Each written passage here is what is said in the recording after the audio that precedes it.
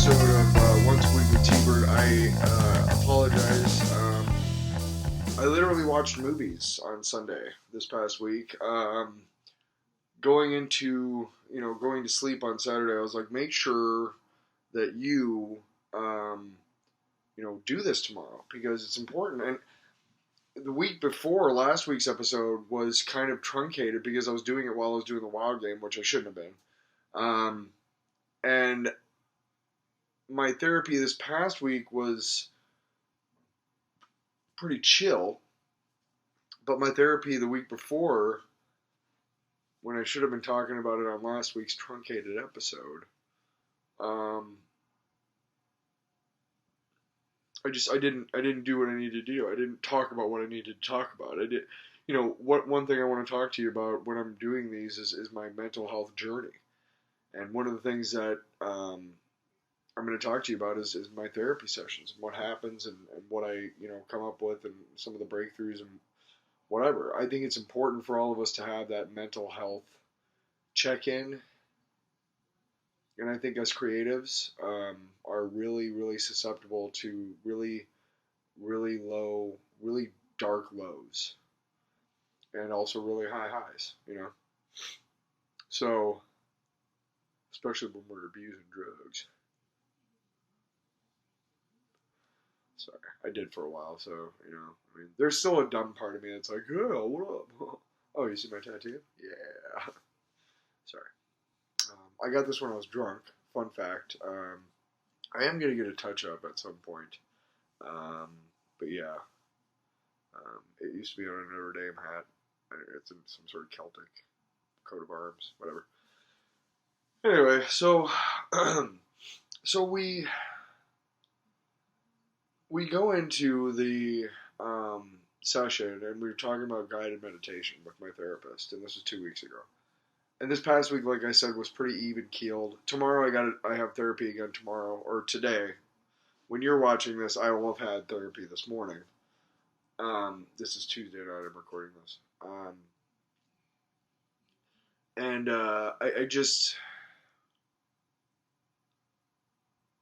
I know that the therapy this week is going to be heavier again because it's going to be more guided meditation. And the first thing about guided meditation is you find a safe space, and I couldn't think of one. And afterwards, the days afterwards, I started thinking about other avenues. And what I mean by that is when I was in the session and she said find a safe space, I was trying to think of a place from my memory, from my childhood, whatever, various places that I have been or experienced or lived, what have you. To be really brutally honest, like, where was I happiest, right? The basement in my our house in Bismarck when I was growing up in North Dakota. It was a split level home, and there was 4 levels, and all the way upstairs were the bedrooms and like a master bath, and then the floor right below it was the kitchen and the living room and dining room, and then the floor below that was like a family room and another bathroom, and then the floor below that was was just an unfinished basement, and that's where my dad did his artwork, and that's where my brother and I played with our toys while he was down there doing his artwork, and it was just a really fun time. But thinking about it, I was like, did I feel safe? Like, yeah, sure. I mean, in the respect of I didn't feel like anybody was going to physically attack me or anything like that, but safe? I don't know. What does that mean? What do you mean by that? Safe. I'm gonna turn this off because otherwise you're just gonna be watching the fucking Roku. The Roku thing go past over and over again. And what does that mean? What does that safe mean? What does that safe? Okay, another thing I could think of, or another time that I was thinking of, one of my happiest memories and one of the things that I most enjoy, something that I do, something that I've done that brings me great pleasure and I know it probably still would, even though I wouldn't, because I don't drink. But is playing Madden and drinking and smoking weed. And most of the time that I did that was I did that a lot back in Denver. I did that a lot in Ohio. I did that a lot in Des Moines. I did that a lot. The reason why I didn't choose that was A, I was inebriated. I was intoxicated, so that's not really safe or like whatever. And B, it was in the relationship that I got out of 2 years ago that I was abused. And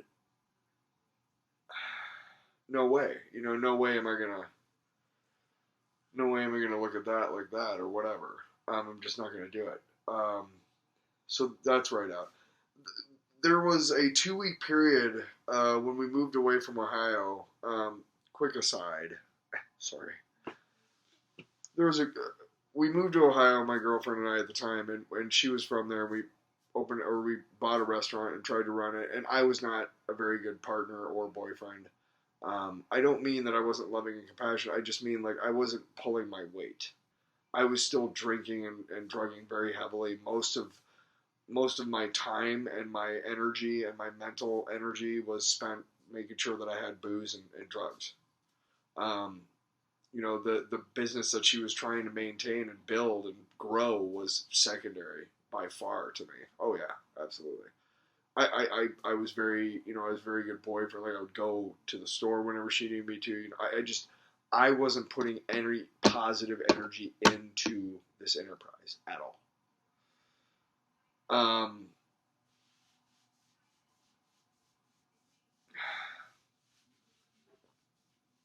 where's I going with that?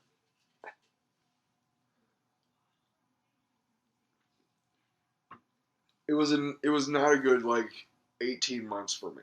It wasn't quite 2 years. Almost, but not quite. And uh,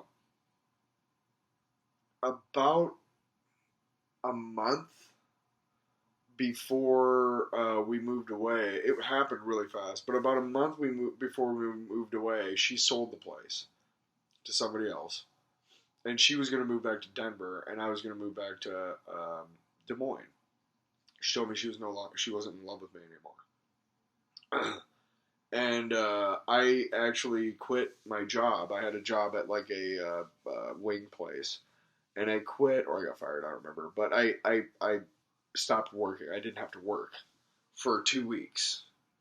And the reason why was because I wasn't leaving for 2 weeks, and I had just gotten my tax returns back, and it was a pretty nice sum. It was like $800, $1,000, whatever. The point is, I bought like a shitload of weed and just drank every night. And the week before the first of those 2 weeks, she left to go home, go back to Denver, and she worked at a place for like a week. There was a week called 5280, and what it was like there a shitload of restaurants downtown in Denver. I don't know if they still do it, but they would all do specials that were or couple specials, I think, that were $52.80. Um, and that was like a kind of a way to get people to come out to these local eateries and whatnot. It was really cool, but she had had a degree in she went to culinary school and all that, so that was kind of her thing. And so she knew she was moving back to Denver. She wanted to make sure she had a job. Her sister and brother-in-law, or her brother and sister-in-law, still lived there, so she basically went back, stayed with them, and did her thing for a week at this job to show she could do it and got paid, whatever. And it worked out, and it was great. That's awesome. And I came home, or I just stayed back in Ohio, and I just got drunk. And I literally, like, I went out on a date, and that was cool. But literally, like, every day, I wasn't quite, I didn't have a full beard back then, but that was when I figured out I could, because I just let the shit grow for, like, straight up. It had already been growing, like, 2 months or so, but I was like, I don't care. At some point, like, I would trim it, but not then. Jerry Garcia looking motherfucker, dude. And, like, my day would consist of this. I'd wake up hungover, probably around 9, 10, 11 o'clock. I would smoke a bowl I'd go to McDonald's and get food, breakfast, and then I'd come home and watch TV and smoke weed while I want to watch TV while I ate breakfast. After breakfast, I'd go to the bathroom or whatever, and then I'd probably usually masturbated. Sorry. And then I would take a nap, and then at some point I would get up and like go and take a shower and whatnot, and I'd go out. Like, we had a drive-through liquor store like right down the street from our house that I could walk to, and they loved me there. So at some point I would go get food, and then I would also get booze and whatever I needed, sodas, whatever, blah blah blah. And then I would go. I would come home and around 8, 9, 10 o'clock I would start drinking, and I'd probably drink from 10 p.m. until sometimes 3, 4 in the morning, depending on how long whatever. I did that every day for at least a week while she was gone. The reason why I'm telling you all this is because it was one of the happiest times of my life. And what I mean by that is not that I was happy, because I was clearly depressed and not happy about things, but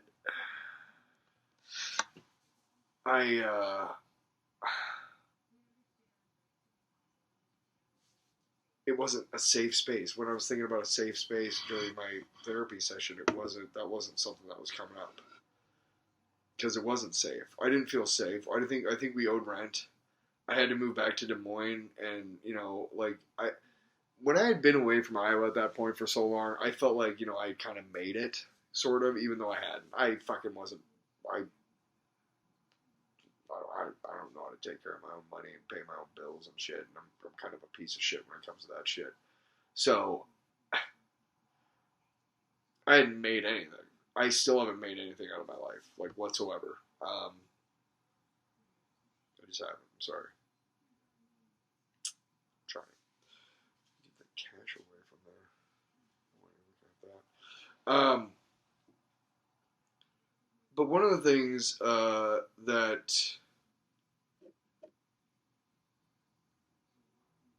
has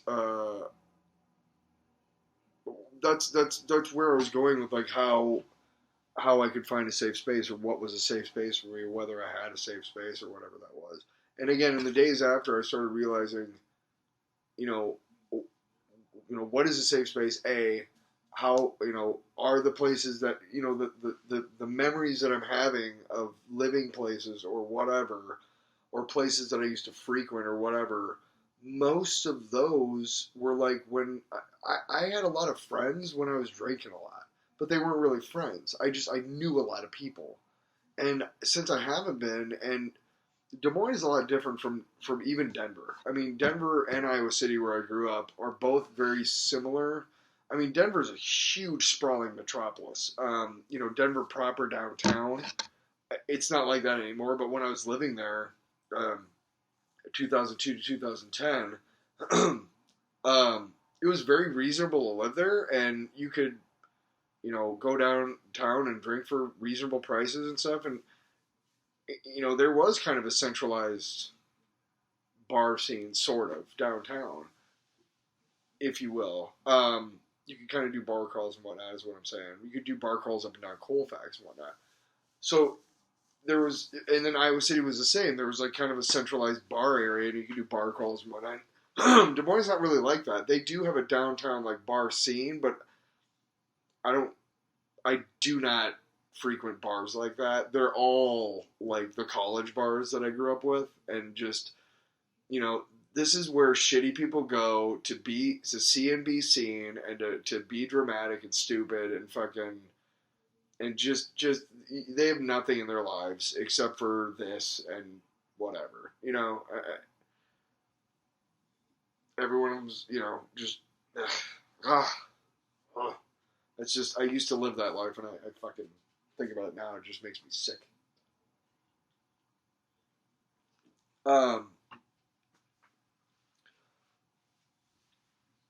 So I don't like, I don't have like a lot of friends and whatnot.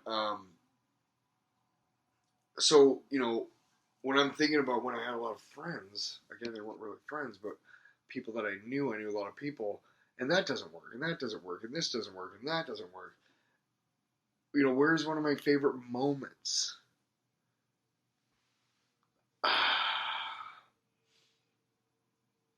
I remember one of my favorite moments was sitting with my buddies in a house out in the middle of nowhere in Iowa. It was the first time I ever did shrooms, and we were just tripping balls. And I remember just sitting there, and I had already cried like happy tears, which every time I did shrooms, I cried at some point, and they were always happy tears.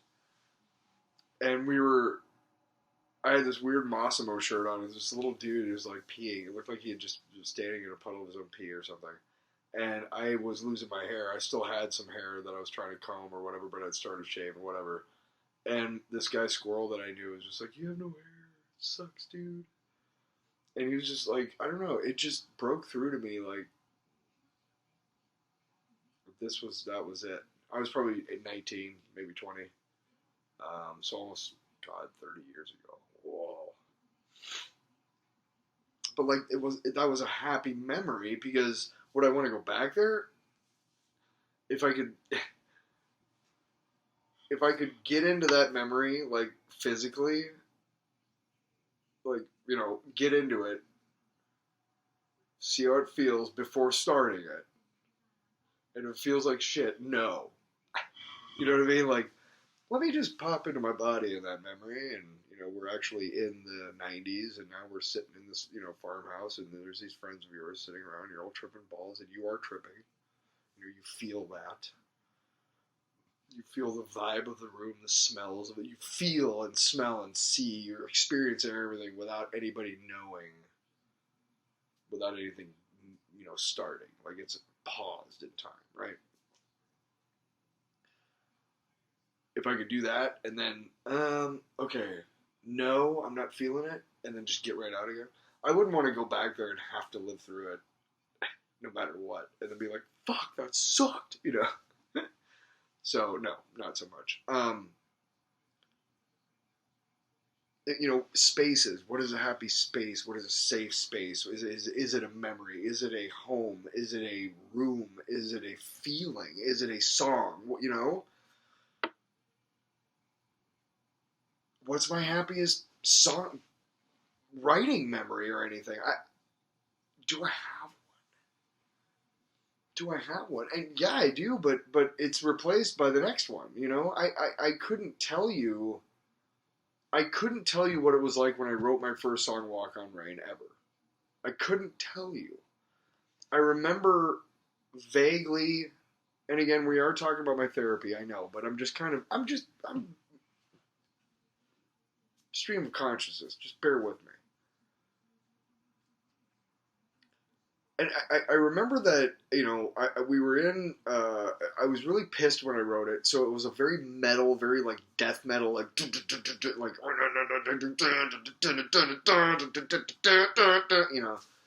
hardcore. And I wrote all the lyrics on the way. My parents and I were in Cedar Rapids, so we were driving back to Iowa City, and I was writing them. And then I was strumming my dad's guitar. He let me have his guitar in my room because he didn't really play. Or I think, had I bought my own by that point? I think I bought my own by that point. My own electric Yamaha. I still have it. It's broken beyond. The neck is warped. It hasn't had strings on it in like decades.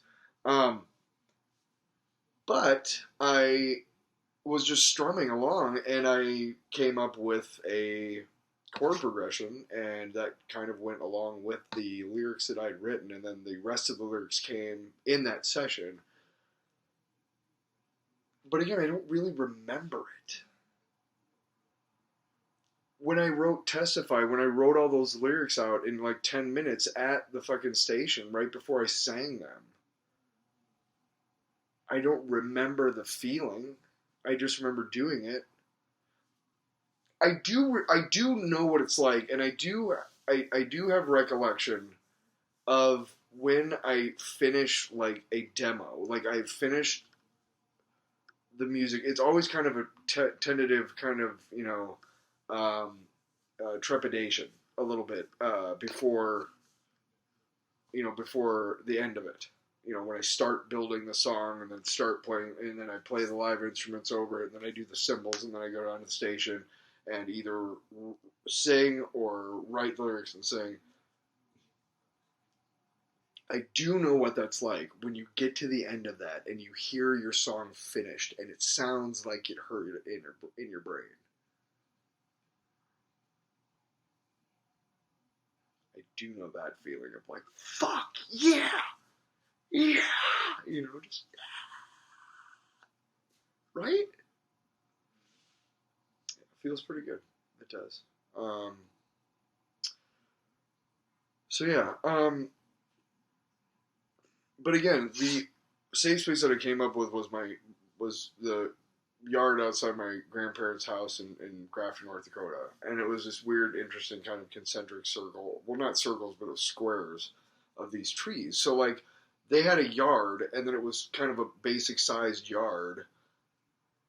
If you're just in there and you can't see anything be outside of the trees, and there's kind of a square of trees, kind of a fence of trees, and then beyond that was like this huge wide open area, huge, that kind of went, this way and then this way, and then that was the farm, and then that was like the ditch and other farmland.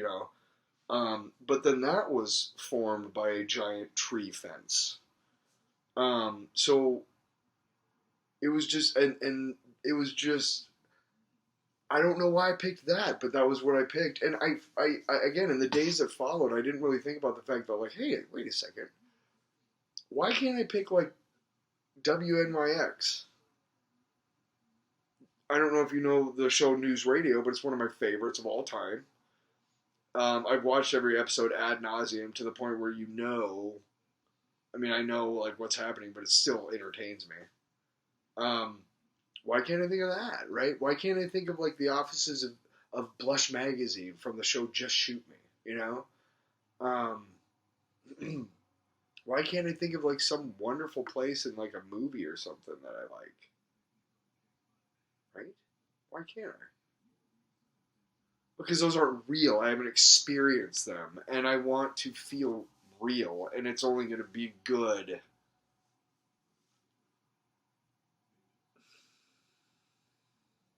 It's only going to be good and real. And it's only going to be breakthrough. And it's only going to be whatever if I've been there. If I've experienced it myself. So we started doing this. And I was talking about the area. And I just let myself go.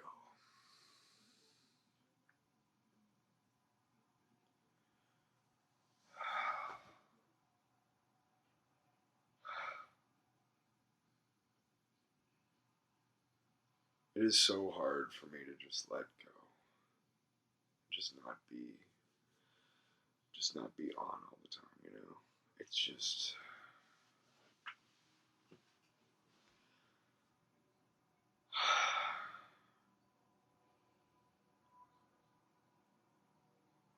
it's so hard for me not to just be on and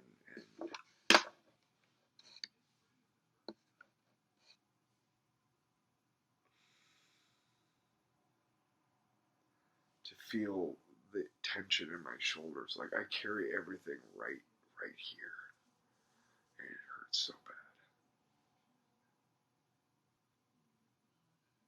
And my neck, I headbanged a lot in junior high, like high school dances and shit, because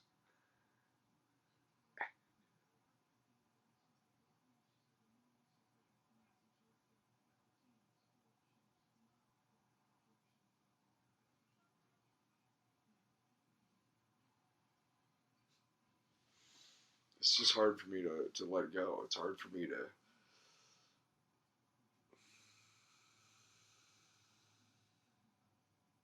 after I get done crying, and I cried for like 5 minutes. My therapist was just like, it must take so much anger to keep everything here, just below.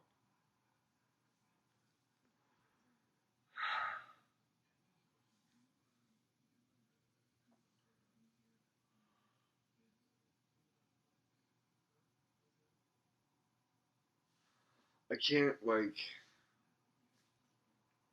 express in words what that felt like, just to let things go. And I'm feeling my the muscles in my neck and my shoulders kind of already kind of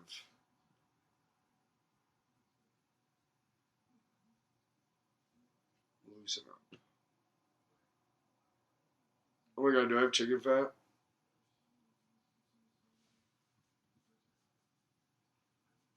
Okay. The key. So that was kind of my therapy journey 2 weeks ago, and just, I mean, where I'm at right now is I'm trying to figure out, like, like one of the things she tells me is that, like, I'm not very nice to myself. Like, the inner child of myself is not very, I'm not very nice to myself, to that. And she asked me, like, about my really good buddy's baby. He's like, would you talk to that baby that way? And I said, no, that's awful. She's like, why do you talk to yourself that way? And, like, one of the things that I've been doing, like, I have an inner monologue. I talk under my breath. I know that people who, like, work with me think I'm fucking crazy. I know they do. I'm not. I'm just a normal human just trying to get through life without, screaming at everybody like, what's wrong with you? What's wrong with all of you? I think we all are, right? I don't know.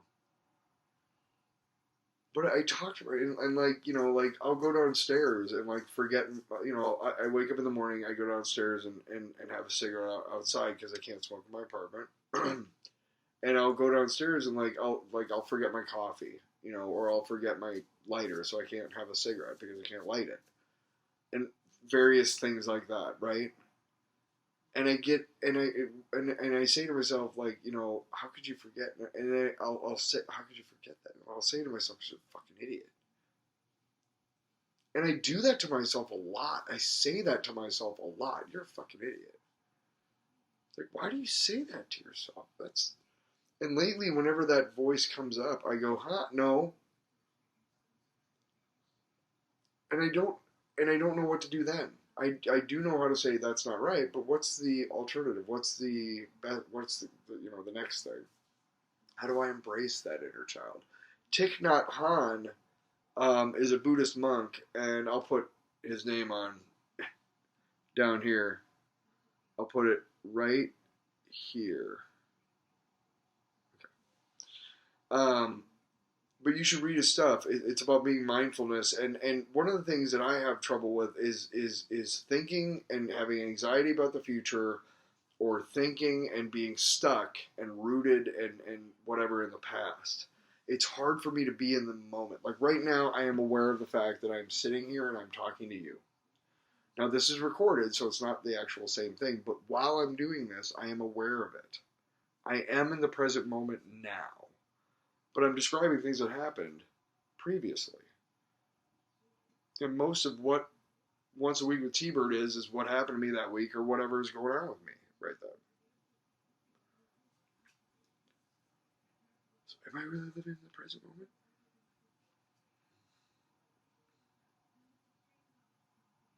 How do you do that? Well, one of the things is, you try an exercise, and what it is you breathe in and you breathe out, and you say, you recite kind of a poem to yourself. And while you're breathing in, you say, I am breathing in. As I am breathing in, I am aware that I am breathing in. You say this to yourself. Obviously, you can't say this while you're just breathing, okay? But here it is. So I'll write it out. As I am breathing in, I am aware that I am breathing in. As I am breathing out, I am aware that I am breathing out. Okay? So let's try it, right?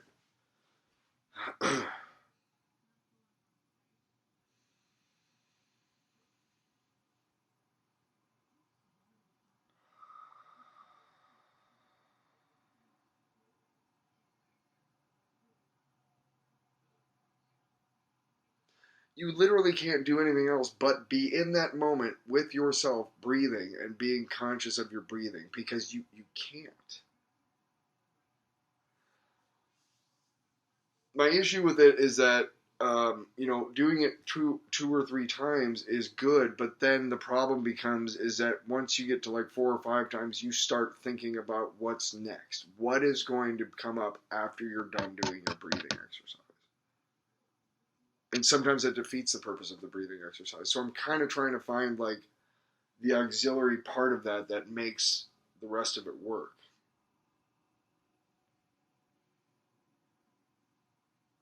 So when I first started doing this, I was following my finger on the screen and not the finger in front of me. And that's why I was like, oh, oh, oh, oh, oh, oh. Cheers. Michelob. No, it's Coke. What? I don't drink anymore. I told you. Gosh, this is the longest episode of Once a Week with T-Bird so far. Musically, tonight, if you are on Twitter and you know Maddie Streetside Sounds, and you kind of have been invited, sort of, you're one of the cool people, whatever. Go head over there tonight, because I'm going to debut my rap song. I'm so nervous. I've never done a rap song, and I'm debuting my very first rap song to all these rappers, who are incredible. So nervous. And then tomorrow night, because you'll be watching this Wednesday. Tomorrow night, I get to interview D Money, who's one of my favorite Twitter people. He's one of my good friends. If I could say that I have like a spiritual partner on Twitter, it'd probably be D Money. Pooh and I really get along. Dao of Pooh and Kung Pooh, he's awesome. But I think our musical kind of backgrounds and whatnot are far apart enough that we're more collaborators. Like I'll do anything for the guy, and I'm sure he would do anything for me. But I think I hew a little closer in personality, I think, to D Money. I think.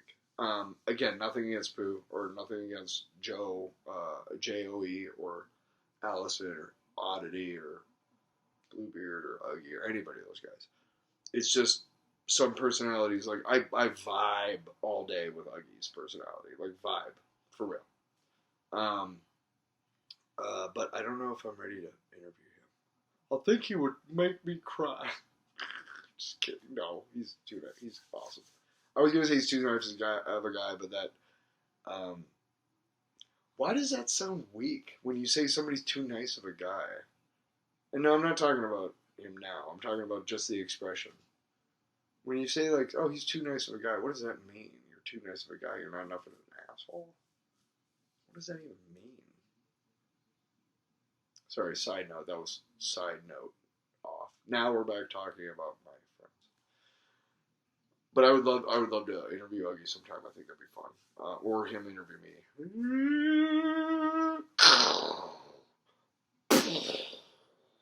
Right? And then I'm toying with the idea of in a couple weeks or like a month putting out the single, the From the Machine single, because it's my rap song. And then putting out like a month after that or a week after that or 2 weeks after that, whatever, putting out the From the Machine EP, which will free me to get back to finally just get to work on 1071 and finish that shit, because it's really fucking ridiculous that I haven't done it yet. They're all finished, mostly. I just have to do the album versions. And Testify came along and blew everything up, because Testify was not going to be on the album. Now it has to be, kind of. It kind of has to be. But where do I put it? I don't know. I mean, I have a place for it, but I don't. So I'm just kind of like, fuck. Fuck, man. Fuck. Testify is fun. A lot of fun to play, a lot of fun to sing, a lot of fun to listen to. You should listen to Testify. Just kidding. I'm not trying to intimidate anybody. That's awful. Besides, I think I intimidate people unintentionally, if that makes sense. As much as I'm real and authentic and everything, because I am, I can't help but be it. I'm also very guarded. And I was thinking about this today at work. I think that I think that some people misinterpret that as me being like fake or me being pandering or condescending or disingenuous, whatever you want to say. If you don't know what any of those words are, look them up. I'm just checking what time it is here. I can do it on my computer. All right, that's fine. But the point of all this is that I really appreciate all of you supporting me still. And now support comes from support, and right now we're kind of all supporting each other, and that's good. But hopefully soon there's going to be more and more people, noticing us and noticing maybe noticing me or one of my friends, and we can help each other out get noticed and whatever. And I'm hoping. But that's not the reason why I'm in this community. The reason why I'm in this community is because these people are super, super talented. And in therapy, I talk about finding my people, finding my tribe, whatever that is. And now none of these people live anywhere near me, and that sucks. But there's a guy, King Brown Cow, and he's talking about having another. He had a get together in Tennessee some weeks back, and a bunch of us, not me, but a bunch of 5 or 6 or 7 folks like went out there and everything, and it looked like an awesome time. I would have loved to be there. But he's setting up something for later on this summer that I'm hoping to get to. And I'm just, again, being part of this community is just knowing that there's people out there who are like me. And knowing that there's people out there who are like me who like me. And knowing that there's people out there who are like me who like me. And who I don't feel...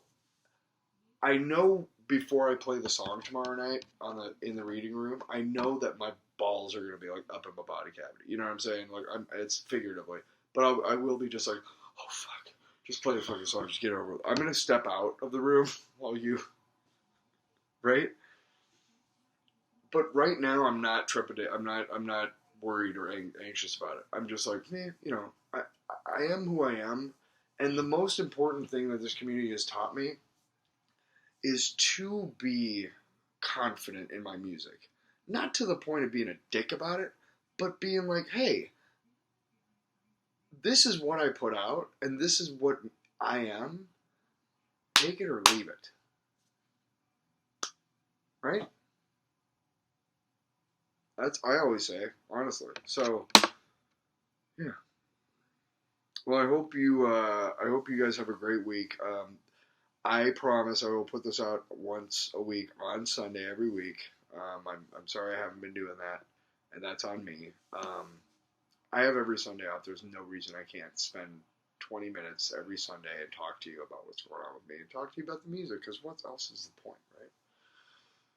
So today we talked about my therapy, and we talked about a little bit about the music.